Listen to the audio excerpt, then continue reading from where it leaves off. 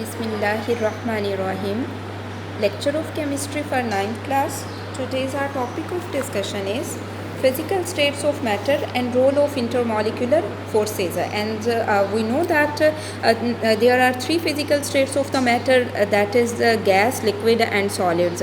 In case of gases, there is large empty spaces between the molecules, so there is negligible forces of attraction between the molecules of the gases, while in case of liquids and solids, the significant intermolecular forces exist, and in case of a solid, very strong intermolecular forces are present between the molecules of the solids, and these intermolecular forces affect the properties of the matter. अब हमें ये पता है कि matter जो है वो three states में एग्जिस्ट करता है, गैस, लिक्विड और सॉलिड. गैस के केस में अगर हम बात करें तो उसके मॉलिक्यूल्स जो हैं वो बहुत दूर होते हैं, तो उनके अंदर जो इंटरमॉलिक्यूलर फोर्सेस होती हैं वो बहुत वीक होती हैं. लेकिन लिक्विड की अगर बात करें तो कंपैरेटिवली उनके मॉलिक्यूल्स एक दूसरे के करीब होते हैं और उनके दरमियान में इंटरमॉलिक्यूलर फोर्सेस एग्जिस्ट करती हैं. लेकिन सॉलिड्स जो हैं उनके जो मॉलिक्यूल्स होते हैं वो टाइटली पैक्ड होते हैं और उनके दरमियान में एक स्ट्रॉन्ग इंटरमॉलिक्यूलर फोर्सेस एग्जिस्ट करती हैं, और ये इंटरमॉलिक्यूलर फोर्सेस जो हैं वो मैटर की प्रॉपर्टीज़ को इफ़ेक्ट करती हैं. Now we discuss about the different typical properties. The first one is liquid state.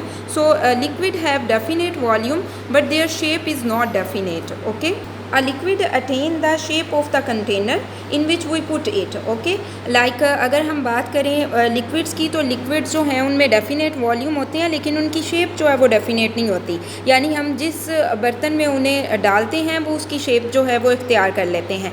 Next हमारे पास हैं typical properties. The first one is evaporation. So what is evaporation? The process of changing liquid into gaseous state is called as the evaporation. The process of changing of liquid into the gaseous phase is called as the evaporation. For example, if you want to convert the liquid water into the gaseous state, you need 40.7 kilojoule per mole energy to vaporize the liquid. Okay, is it clear? Similarly, evaporation is a continuous process. That's mean it occurs at all the temperature and at all time, and the rate of evaporation is directly proportional to the temperature. That's mean when we increases the temperature, the rate of evaporation is also increases. And evaporation is a cooling process. When the high kinetic energy molecules vaporize, the temperature of the remaining molecules falls down, and to compensate this temperature, the molecules absorb the energy from the surrounding and the temperature of the surrounding decreases and we feel cooling. For example, when we put a drop of alcohol on palm, the alcohol evaporates and we feel cooling effect. अब हमें ये पता होना चाहिए evaporation क्या होता है. तो लिक्विड को गैस में चेंज करना, इसे हम इवेपोरेशन कहते हैं. फॉर एग्जांपल, अगर आप वाटर को लिक्विड फॉर्म से गैसियस फॉर्म में चेंज करना चाहते हो तो आपको 40.7 किलो जॉल पर मोल एनर्जी की ज़रूरत होगी. और इवेपोरेशन एक कॉन्टीन्यूस प्रोसेस है, इसका मतलब है ये हर वक्त हर टेम्परेचर पे हो रहा होता है. और वेपोरेशन डायरेक्टली प्रोपोर्शनल है टेम्परेचर के. आप टेम्परेचर बढ़ाते हो तो रेट ऑफ वेपोरेशन भी बढ़ता है. और इवेपोरेशन एक कूलिंग प्रोसेस है. क्यों कूलिंग प्रोसेस है? जब हाई एनर्जी वो वाले मॉलिक्यूल जिनकी हाई काइनेटिक एनर्जी होती है वो वेपोराइज कर जाते हैं, इवेपोरेट हो जाती हैं, तो जो बाकी मॉलिक्यूल्स हैं उनका टेम्परेचर कम हो जाता है.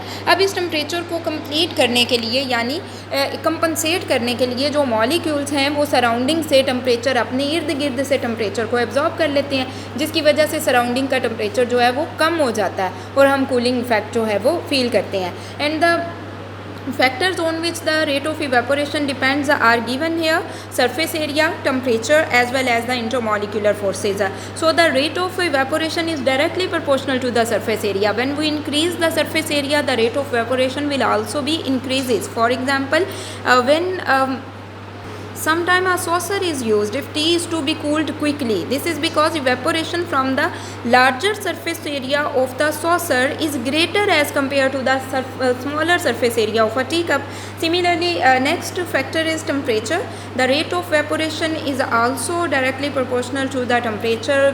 When we increase the temperature, the rate of evaporation also increases.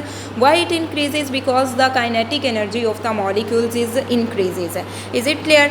For example, water level in a container with hot water decreases earlier than that of a container which contains the cold water. And next factor is intermolecular forces, and the rate of evaporation decreases with the presence of the stronger intermolecular forces. If intermolecular forces are stronger, molecules face difficulty in evaporation. For example, water has stronger intermolecular forces than alcohol, therefore alcohol evaporates faster than water. अब different factors जो हैं वो rate of evaporation को affect करते हैं, like surface area है, surface area जितना ज़्यादा होगा rate of evaporation उतना ही ज़्यादा होगा.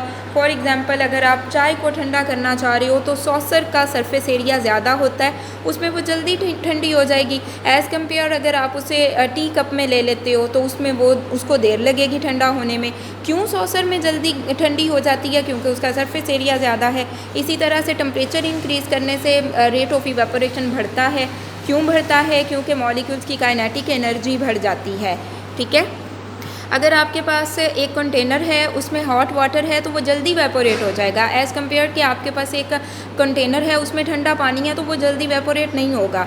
इसी तरह से इंटरमॉलिक्यूलर फोर्सेस हैं, रेट ऑफ इवेपोरेशन जो है वो इन्वर्सली प्रोपोर्शनल है इंटरमॉलिक्यूलर फोर्सेस के. मींस के अगर इंटरमॉलिक्यूलर फोर्सेस स्ट्रॉन्ग हैं तो रेट ऑफ इवेपोरेशन कम होगा. ऐसे आप अगर एग्जांपल आप देख लें तो वाटर में स्ट्रॉन्ग इंटरमॉलिक्यूलर फोर्सेस होती हैं अल्कोहल की निस्बत, तो अल्कोहल जो है वो जल्दी वेपोरेट कर जाता है वाटर की निस्बत. Now mark the questions related to that topic. Question number 1 is given define evaporation. Define evaporation, and the answer of this question is start from here. The process of changing of a liquid into a gas phase is called evaporation, and this is the example of evaporation. Question number 2 is given, write the effect of intermolecular forces on the rate of evaporation, and this is the answer of this question. If intermolecular forces are stronger, molecules face difficulty in evaporation. For example, water has stronger intermolecular forces than alcohol, therefore alcohol evaporates faster than water. अब Urdu medium वाले students question mark कर लें. Evaporation की तारीफ़ करें, तो इसका answer आपके पास यहाँ से यहाँ तक है.